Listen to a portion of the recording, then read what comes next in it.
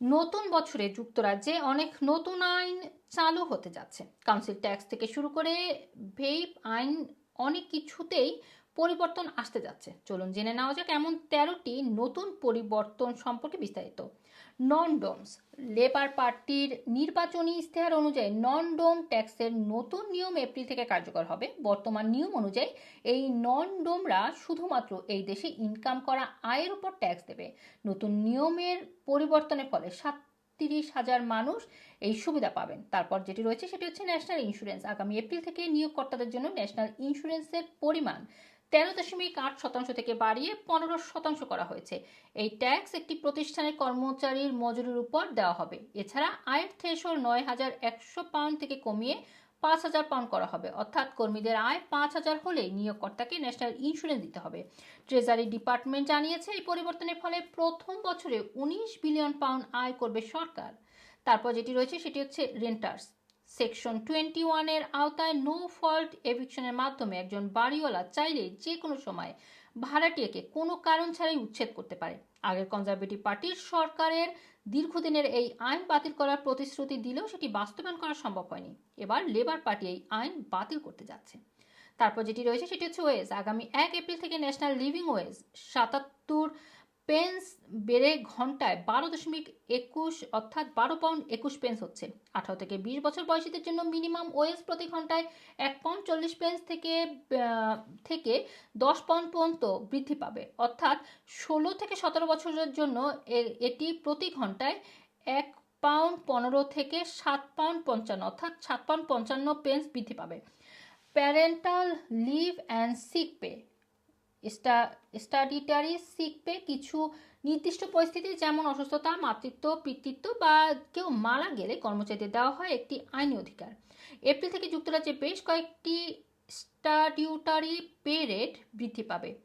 এই sick pay প্রতি সপ্তাহে 116 পাউন্ড 75 পেন্স থেকে 118 পাউন্ড 75 পেন্স হবে। এছাড়া মাতৃত্বকালীন salary, maternal allowance, paternal leave, তারপরে স্ট্যাটিউটরি অ্যাডপশন পে আগামী এপ্রিল থেকে প্রতি ঘন্টায় 184 পেন্স থেকে পাউন্ড থেকে বেড়ে 187 পাউন্ড 18 পেন্স হবে।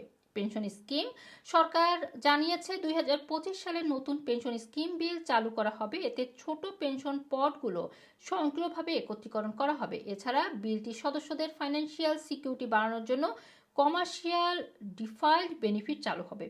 তারপর যেটি রয়েছে সেটি হচ্ছে এডিশনাল লার্নিং নিড।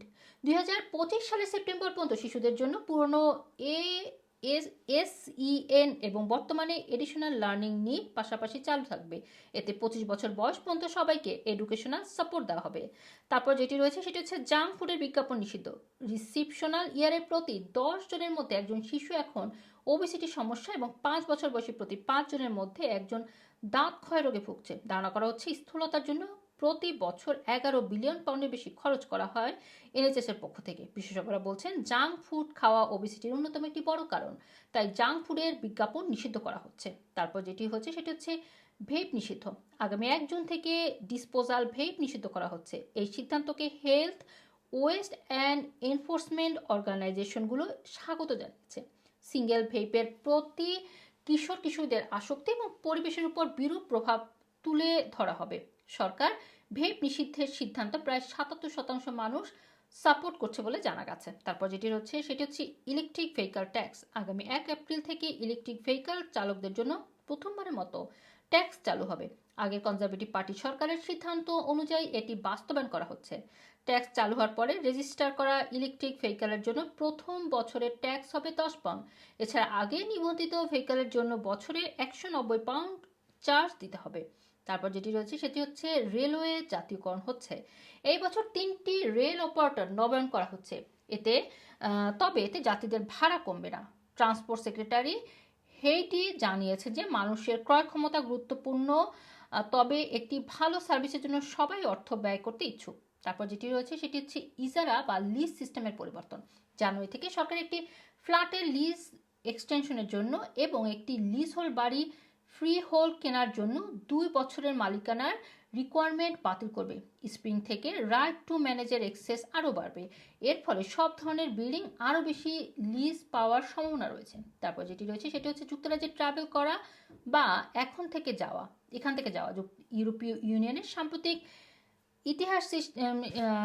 ইতিহাস সিস্টেম সংশোধন হচ্ছে। 2025 সালে পুরোপুরি এই সিস্টেম চালু করা হয়েছে। এই বছর থেকে ইউরোপীয় ভ্রমণকারীদের তাদের এক্সিটের আগে অনলাইনে একটি অনুমোদিত ইতিহাস পাবে। এতে বছরে ইউরোপে 37 মিলিয়নেরও বেশি মানুষ এই সিস্টেম ব্যবহার করবে। Rana TV, London.